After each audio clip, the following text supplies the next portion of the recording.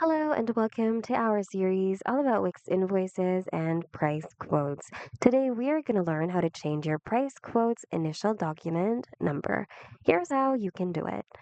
On your site's dashboard, go to the left and go to Settings. Under Finance and Payments, go to Getting Paid and go to the Price Quotes tab. Under the Price Quote Numbering section, click on the Edit or the Pencil button.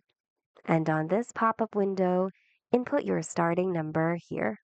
Numbers are unique and increase by one with each new quote. So go ahead and change this number according to the number you'd like to set as your starting number for your price quotes. By the way, a very important thing to take note of, once the starting number is set, it can't be later changed to a lower number. Once you're good to go, click on Save and your new settings should automatically be saved. And that's it. That's how you change the document number of your price quote. We hope this video was helpful. Thanks for watching and see you guys in the next video.